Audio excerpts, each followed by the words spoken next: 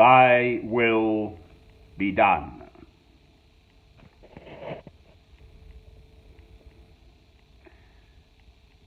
It is purely up to us, human beings, to seek and find your will for us and try to put our human wills into your will, my Lord, for nothing else will prosper.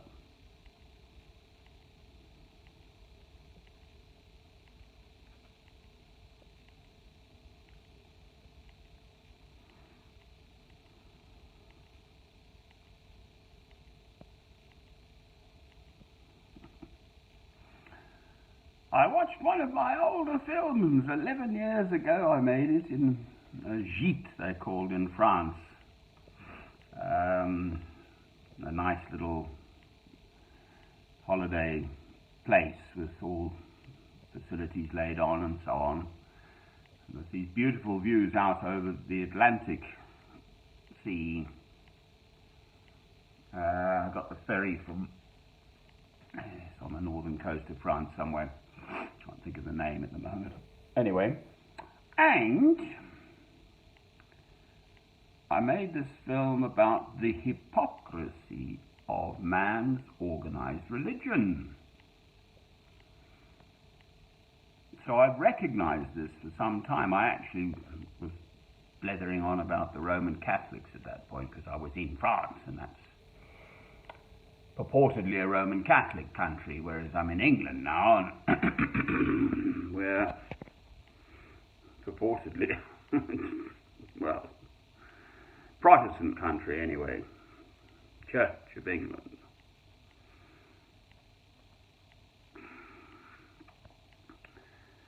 So I've got a whole raft of reasons why, in my assessment, the Roman Catholics have strayed from your word, my Lord.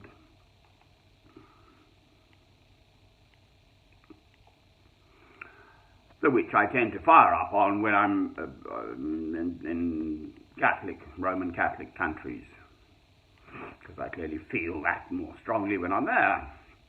And here it's the Church of England. Well, it would appear that I am going to be here in England for a while, one way and another. In the light of my medical conditions, in the plural, and I'm here in St. Albans, no less, which again is an ancient site of martyrdom and known for that throughout the world.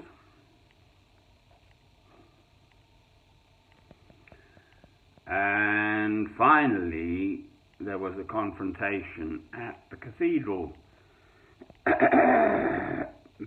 Me just utterly clearly seeing they've turned it into virtually a theatre, quite frankly, with lighting and Sonny Lumiere and, not far short of the can girls dancing on the altar, quite frankly.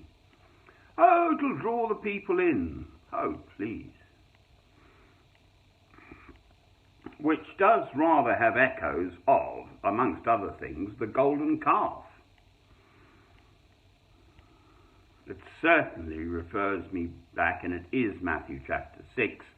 You cannot serve two masters. You either serve God or money.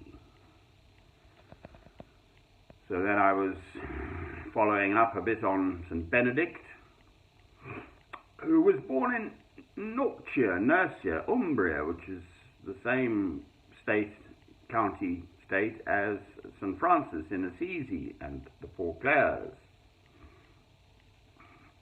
Norcia is further southeast, but in these beautiful volcanic mountains in Italy. And he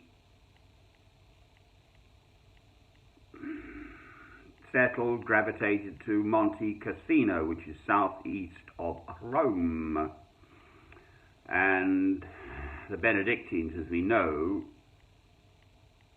were hugely successful in acquiring and administering worldly land. They did it around in Perugia, which is the county town, if you like, of Umbria. There's San Pietro there, which I know, and I've made films there too, on exactly the subject of material.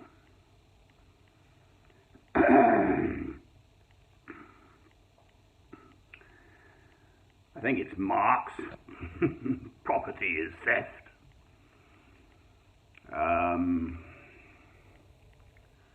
Two-thirds of the world's population have nothing. You know, they're struggling just to scrape by each day, to have, well, water for a start. In Africa, which is my background, walking miles, carrying it most beautifully on their heads. My family, mother's side, grew up in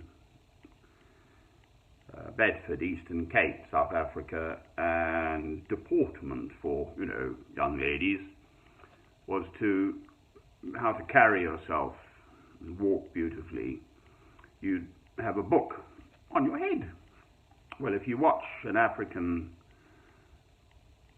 almost exclusively women actually, I can't ever think of a man doing this,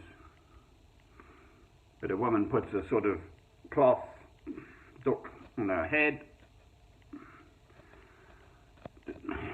and lifts up a huge great pail of water, places it on that, balances, and then off she walks beautifully, carrying that very heavy object in the most sort of efficient way. And her whole body is just like an instrument of carrying that huge weight, and it can be miles they walk. I always remember I went to a minor public school down the hill, Mill Hill for what it's worth, and our chaplain there one day came in. We had little prayers in the morning, bearing a pail of carrying, I think, though. The other way you do it is a yoke across your shoulders, and it's a good way to carry big heavy weights. I think he did that. And water, just to make the point that in many parts of the world you cannot just walk to the facilities and turn a tap on and get, as we do here in England certainly, beautiful, fresh, clean, purified, potable water, drinking water. I mean, I cannot but help pray for those I know of, but throughout the world in all sorts of places,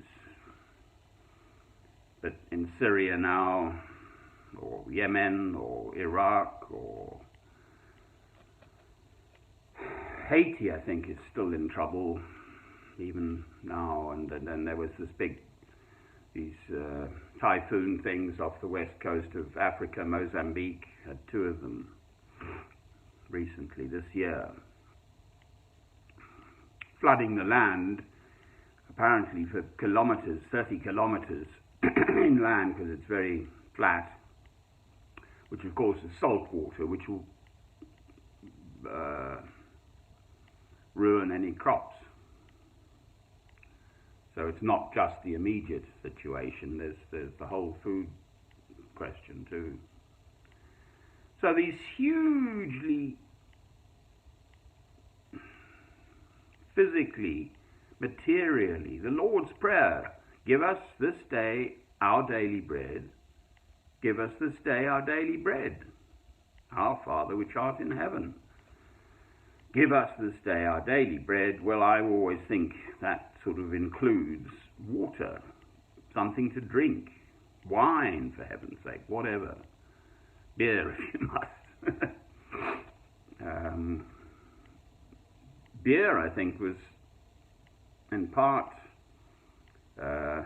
encouraged because it was potable, drinkable. The water wasn't, but if you turned bad water through the process of making beer, all the bugs and beasties, the nasty ones, got splattered, and I don't think they're awfully keen on alcohol themselves either. So beer actually was a good way of drinking fluid, which wouldn't kill you.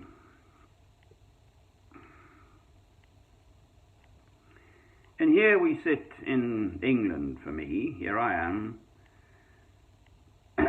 with all mod cons around me, water, power, heating, washing facilities, food, of course, and so on. Well, it is in my nature, but in many people's nature, to look outwards and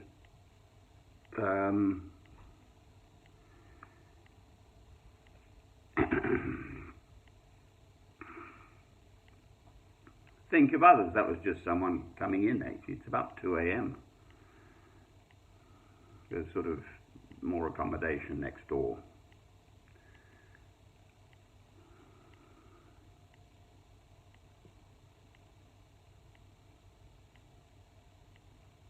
The 2 commandments. Love God, love your neighbor as yourself. So this is inherent within us. If we, oneself, one's family, and so on, whatever, are okay, as it were, then it behoves us to think of others who are less fortunate. Thank heavens.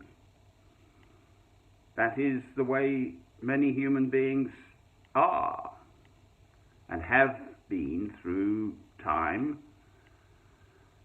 trying to do good in this dark world.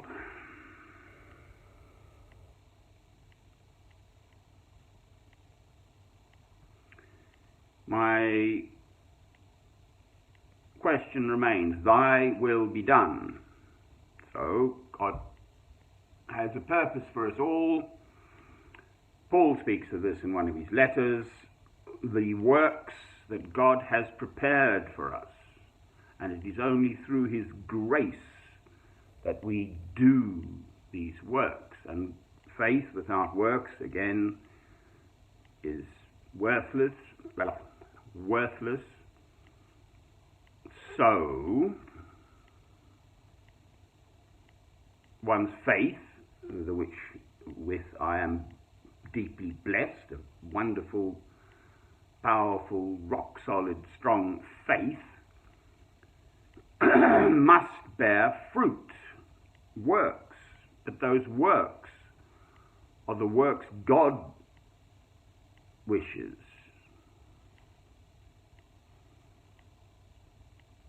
The question then for me specifically is my work to tackle this temple of Mammon? St. Albans, the cathedral and abbey church of St. Alban. I'm here. The place is just up the hill. I'm banned. At last I expressed myself. Not in an unpleasant manner, quite frankly. I raised my voice very slightly. That was it. But said the words. The moneylender's table in the temple, selling fee-paying tickets to customers to go to some performance of some... So as ever, we'll see. There's trouble coming in any event. Whether I do or don't do anything, the trouble is there in exactly the same way. That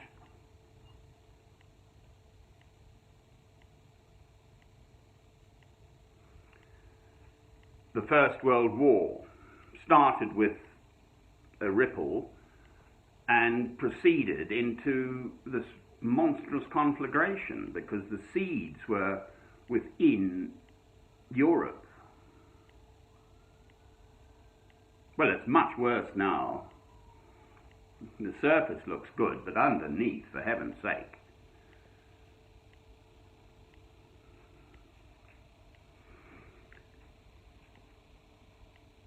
I can see it, I can sense it, I can feel it, the end times. And again, I'm not alone in that, actually. I've met a number of people quite recently who have brought that up, and I'm, again, then inclined to say, well, I think things are going to get a lot worse before the end times. The actual, real, full end times when Christ comes again. But we should be living our days as though Christ would come now, today. One should live each day. That's just a normal Christian way to be. Live your day, the only day one has, yesterday's gone, tomorrow hasn't happened, as though Christ might walk through your door now. Now there we are. What a wonderful thought. I only hope I'm ready. I try my best. Amen.